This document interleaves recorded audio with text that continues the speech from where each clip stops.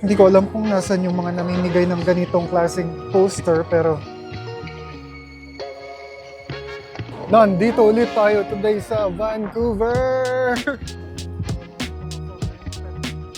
I think eto na yung pinaka-aesthetic na Turkish egg and sausage na nakita ko this year. Yan, oh my God, lumalapit na siya. Nag-move na siya. Gusto mo to, ha? Kailangan ko rin mag-impake kasi tuloy kami sa Victoria. So sa Victoria kami pupunta ngayon for 1 week. 10:30 p.m. yung showing ng Avatar tonight. Panonoodin namin in 3D. Pero maaga pa naman. So I think may konting time kami para mag-dinner bago manood ng movie. Thank you. Good night.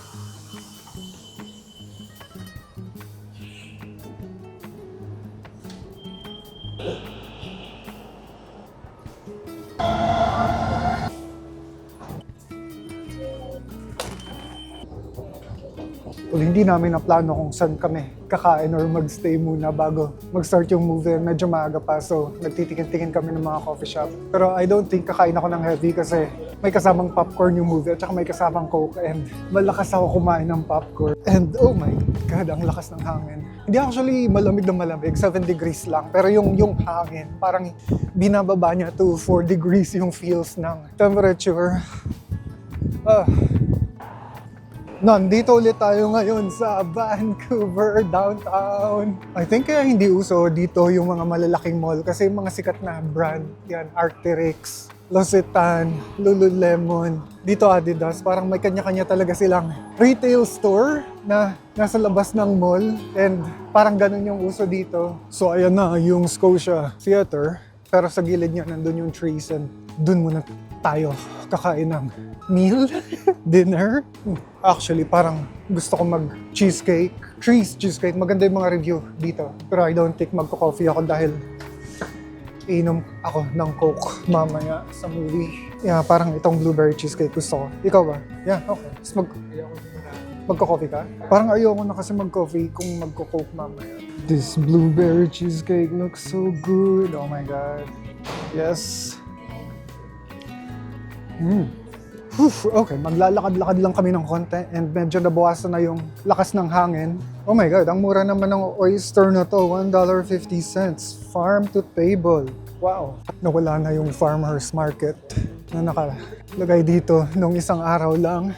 And hindi tayo pwedeng lumayo kasi kailangan din natin bumalik agad dun sa Scotia Theatre. Kailangan natin makabalik bago mag-start yung movie. Silipin natin yung ice skating rink sa UBC. So ayan yung ice skating rink pero close siya. I think maintain siya ngayon. Hindi ko sure kung ano yung schedule nito pero Thursday kasi ngayon and medyo maaga pa. So, I don't know. Ang laki nitong Aritzia bag na to. I'm not sure kung exhibit ba to. Well, nandito siya sa tapat ng Vancouver Art Gallery. Pero, oh my God, ang laki niya. Ito yung ice skating rink. Free lang yung entrance dyan. Basta bring your own skate shoes and helmet. And marami ditong daga. Ayan, tumatakbo siya. Bye. And oh my God, meron silang Ferris wheel na pangperyahan. Well actually malaki siya ng konti. Siguro mga twice yung laki niya compare sa mga usual na Ferris wheel sa perya. Pero balik na tayo sa theater dahil medyo nilalamig yung ilong ko. Yung ilong ko talaga yung problema ko lagi. Dati yung leeg ko na sensitive sa lamig, ngayon yung ilong ko na. And nandito rin pala sa Granville Street yung Jollibee. May dalawang Jollibee dito. Yung isa nasa Cambie and itong isa nasa Granville. Pero mas gusto ko yung nasa Cambie kasi mas malaki yun. Ito lagi siyang crowded. Laging punuan dyan. Okay, excited na ako pumasok sa mainit. Oh, ang sarap ng feeling. Meron pa tayong 30 minutes. Pero I think pwede natin kunin yung popcorn ng mas maaga dahil gusto ko na mag-popcorn. Thank you. Oh, okay. Dito palang binibigay na kagad nila yung 3D glasses. Medyo maraming tao today. Considering na Thursday today. Hindi ko alam kung nasan yung mga namimigay ng ganitong klaseng poster pero tinaman niya ang ganda. Pero may nag-iwan dito sa table. I think kukunin ko na lang to. Iuwi ko na to. So nice. 9905 yung ticket natin. And, yes, 9905. Kunin na natin to. Kanina pa ako excited sa popcorn. And so, let's go. Ito na. So yung problem ng butter is usually nasa taas lang siya, hindi na siya bumababa. Pero umaga ang sarap. And napakarami niya na. Before matapos yung movie, sobrang busog na ako kasi nauubos ko talaga to. Okay, meron na lang tayong 5 minutes, so let's go. See you later. Thank you. Oh my God, sobrang late na. Oh, thank you. Sobrang late na nag-start nung pelikula and I think 30 minutes late. So, 2:00 na ng madaling araw. Nakakapagod pero sobrang ganda nung movie. Sobrang worth it. 11:00 nag-umpisa yung 11:00 na nag-umpisa yung pelikula and so 3 hours siya. Hindi ko alam kung bakit late lagi mag-start yung mga movie houses dito na halimbawa yung schedule 10 or 10:30 parang mag-umpisa sila mga mahigit 20 or 30 minutes late dun sa schedule and sa lahat yun ng sinihan na napuntahan namin dito. Pero okay lang, sobrang, oh my God, pinakamagandang movie na napanood ko this year, Avatar. Grabe. Hinihintay na namin ngayon yung night bus and oh my God, hindi pala ako nakapaglaba. Ay nako, pero ayun, wala akong masabi, sobrang worth it pa rin. Ang ganda ng weather. For now, medyo sunny siya considering na ang lakas ng hangin kagabi. Ang daming mga nagbagsakan na sanga ng puno. Ayan yung mga kalat sa balcony. Galing sila dito sa mga puno sa labas. So naabutan namin yung bus, sakto yung pagdating namin. Actually, ahead siya ng konti. So, tumakbo kami. Thank you!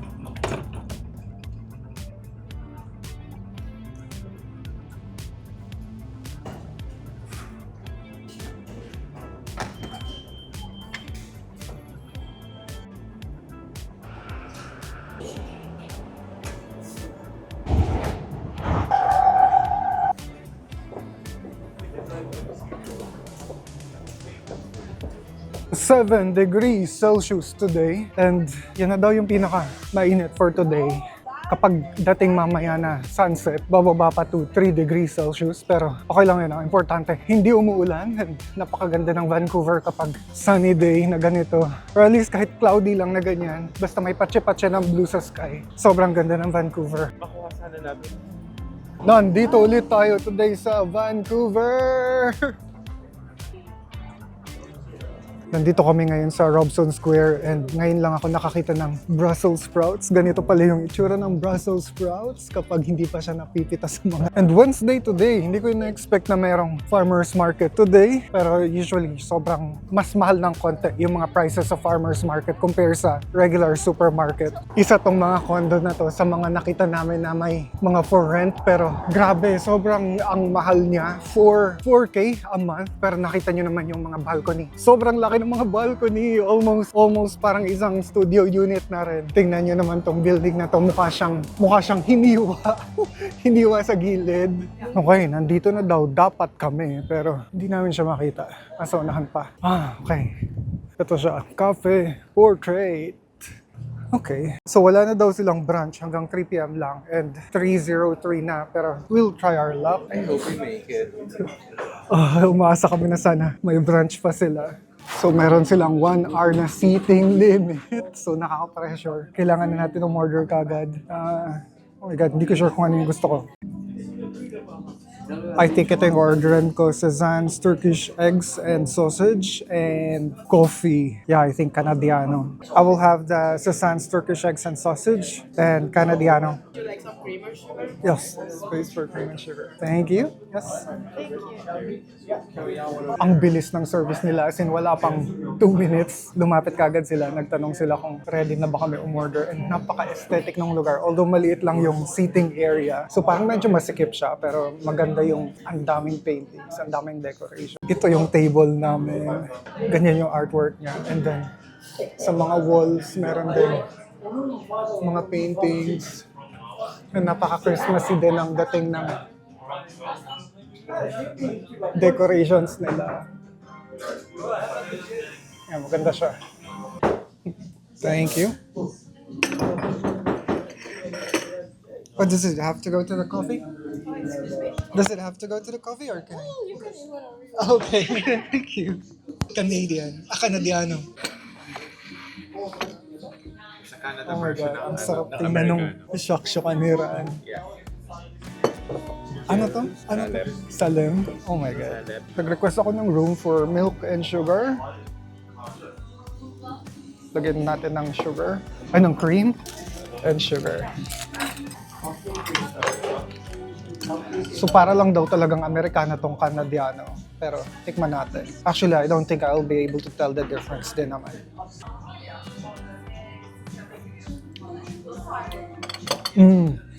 No, mas matapang tong Canadiano kaysa usual na Amerikano. Pero oh my God, tingnan ninyo kung ano yung in-order ni Ran.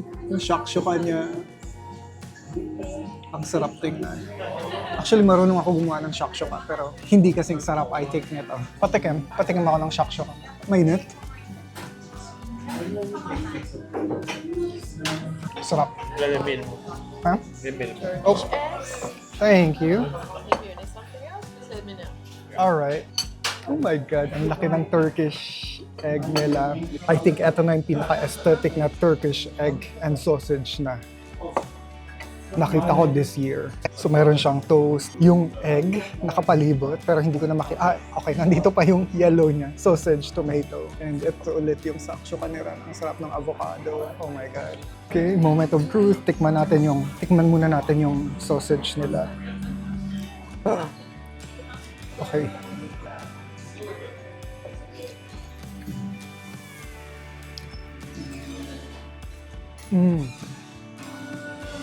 Ang sarap ng sausage, para siyang yung longganisa ng Cebu. Yung longganisa sa Cebu, ang sarap. Oh my God. Kaso ang lit ng table nila. Medyo nag-struggle ako sa table. Oh my God. Lagay kita dito. Lagay natin tong, so I think cream to. Hindi talaga siya yung white ng egg. Pero mukhang masarap siya sa toast.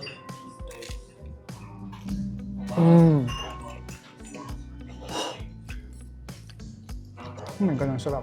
And ito yung poached egg nila. Kinagatan ko na.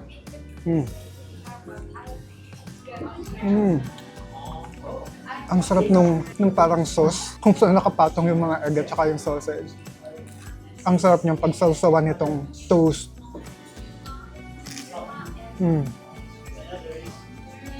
For the first time, feeling ko hindi ako nagkamali ng in-order dito sa Cafe Portrait.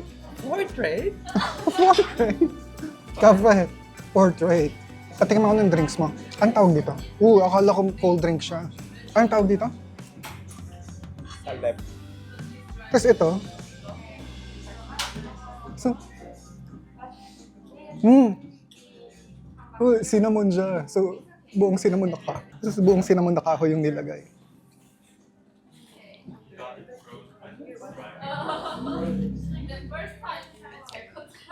Para lang siyang creamer. Hindi siya masarap. Oh my God. So, actually, wala pa kaming 1 hour sa loob ng restaurant, pero nag-sunset na kagad. 3:46 pa lang. Pero ang nice nila, no, kasi na-late kami ng 4 minutes, tapos yung brunch nila hanggang 3 p.m. lang. Dumating kami mga 3:04. Pero in-accommodate pa rin nila kami para maka-order ng brunch nila, which is napakasarap. Oh my God, ang lamig. Mag-ice cream pa tayo ngayon? Mag-ice cream tayo ngayon. Okay, let's go. Sasabihin ko dapat maglakad tayo sa beach para matunawan tayo. Napakalapit na lang ng beach dito. And alam ko lahat ng mga tao tamad maglakad ngayon sa beach dahil napakalamig. Pero samahan niyo na ako maglakad mamaya habang kumakain ng ice cream. I think itong cheesecake yung gusto kong orderin. Sweet corn. Ano pa ba? Ito na yung in-order ni Rantaro. So, yeah, mag-cheesecake na lang ako. Please have the cheesecake, small, in a cone. Thank you. Oh my God, ang sarap. And pagtawid natin, beach na yan. Sobrang daming tao dyan kapag summer. Maganda dito kapag summer. Ang ganda ng vibe, ang ganda ng ambience. Pero dahil malamig today, walang pumapansin sa beach. Oh my God, ang lungkot ng Christmas tree nila. Mukhang tinanggalan kagad sila ng decorations. Ganito talaga dito. Parang pagkatapos ng isang holiday the next day, tatanggalin kagad nila yung mga decorations. Welcome to English Bay. Actually, may mga tao pa rin. May mga nagmumuni-muni pa rin sa beach. A few weeks ago lang, parang kulay orange pa yung mga puno dyan. Ngayon, wala na silang mga dahon.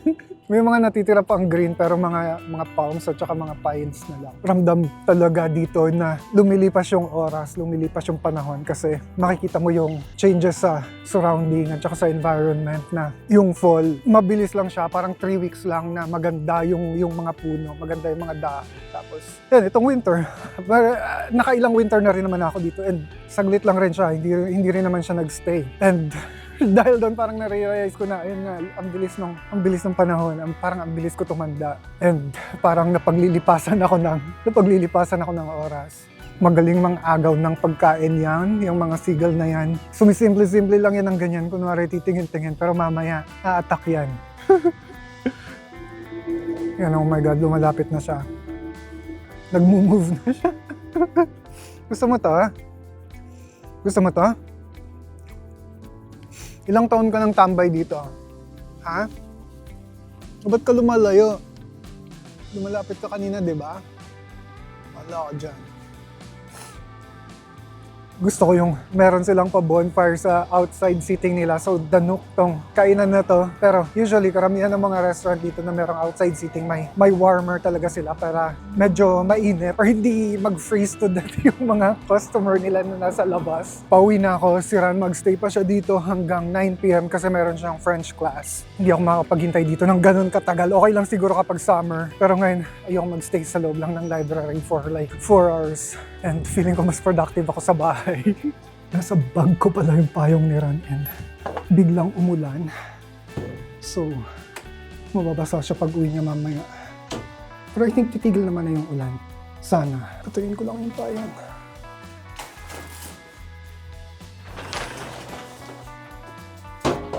And kailangan ko rin mag-impake kasi tuloy kami sa Victoria. So sa Victoria kami pupunta ngayon for 1 week.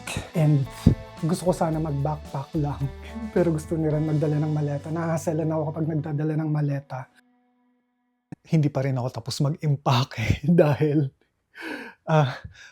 nakapili na ako ng mga ibang damit na dadalhin. Kaso sinalang ko yung laundry. Nakalimutan ko maglaba. Hindi ako nakapaglaba kahapon dahil may gumagamit ng washer. Pero ilang minutes na lang yun. And after nung dryer, tuyo naman na yun lahat. And tutupiin ko na lang. And so dito namin pagkakasyahin lahat nung 1 week namin na gamit at saka damit. Ayun lang, excited ako. Maaga yung alis namin bukas dito. 6 a.m. yung alis namin dito. I think pangatlong beses ko na to sa Victoria. Pero ayun, excited pa rin ako lagi kasi napakaganda ng Victoria. Para siyang ang European nung dating niya. Ayun lang. Thank you sa panonood. Sobrang na-appreciate ko lahat ng mga nanood and umabot dito hanggang sa end ng video. Kita-kits ulit next vlog. Bye.